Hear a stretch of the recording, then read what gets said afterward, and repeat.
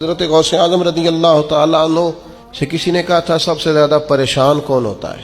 اور اس کی حضور بدگمان آدمی زیادہ پریشان ہوتا ہے، جس کا گمان برا ہو جاتا ہے نا، برا سوچتا ہے، وہ سب سے پریشان ہوتا ہے۔ تو پھر لوگوں نے پوچھا حضور بدگمان کون ہوتا ہے؟ تو حضرت غوث اعظم فرمانے لگے بدگمان وہ ہوتا ہے جو برے لوگوں کی صحبت میں بیٹھتا ہے۔ برے لوگوں کی صحبت بندے کے گمان کو برا رکھتی ہے، سوچوں کو۔ اچھے لوگوں کے پاس بیٹھیں گے سوچیں مثبت ہوں گی، اچھی ہوں گی۔ پھر حضرت غوث اعظم رضی اللہ تعالیٰ عنہ سے لوگوں نے پوچھا حضور عالم کون ہوتا ہے؟ تو فرمانے لگے جو اللہ رسول کی فرما برداری کرے۔ جاہل کون ہوتا ہے؟ فرمایا جو رب رسول کی نافرمانی کرے۔ زیادہ باتیں کرنے، زیادہ لمبی تقریریں کرنے والا عالم، فرما بردار ہو تو عالم۔ پھر حضرت غوث اعظم رضی اللہ تعالیٰ عنہ سے کسی نے کہا حضور تنگ دستی کس بندے پر آتی ہے؟ چلتے چلتے کاروبار ٹھنڈے ہو جاتے ہیں، بہت زیادہ مال ہوتا ہے، پھر انسان محتاجی میں آ جاتا ہے، محتاجی کس پر آتی ہے؟ تو حضور غوث اعظم فرمانے لگے جس کو تنہا کھانے کی عادت پڑے وہ محتاج ہوتا ہے، اور جو بانٹ کر کھاتا رہے اللہ تعالیٰ اس کے رزق میں وسعت پیدا فرما دیتا۔ حضرت غوث اعظم رضی اللہ تعالیٰ عنہ سے بہت سارے لوگ آ کے مسئلہ پوچھتے تھے اللہ کیسے راضی ہوگا؟ تو حضور غوث اعظم فرمانے لگے میں نے 50 سال پڑھایا ہے،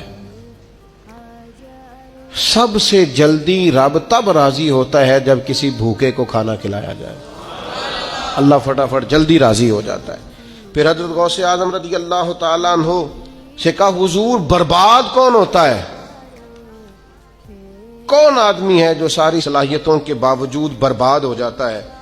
تو حضرت غوث اعظم رضی اللہ تعالیٰ عنہ فرمانے لگے جو مداحنت کا شکار ہو، جو سستیاں کرے، آج کر لوں گا، کل کر لوں گا، پرسوں سے شروع کروں گا، بس میں نے ٹھیک ہو جانا ہے۔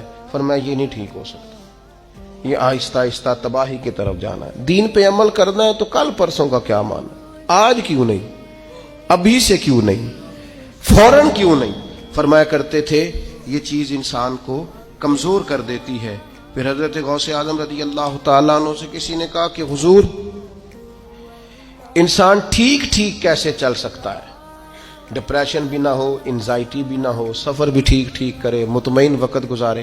یہ میں اپنے لفظوں میں کہہ رہا ہوں آج کی بیماریوں کا جو لوگوں پر غلبہ ہے۔ حضور کوئی پریشانی نہ ہو، بندہ صحیح صحیح چلے، کیا کیسے ہو سکتا ہے؟ تو غوث اعظم فرمانے لگے دو سواریاں ہیں کبھی چھوڑے نہ، ایک صبر کی سواری، ایک شکر کی سواری۔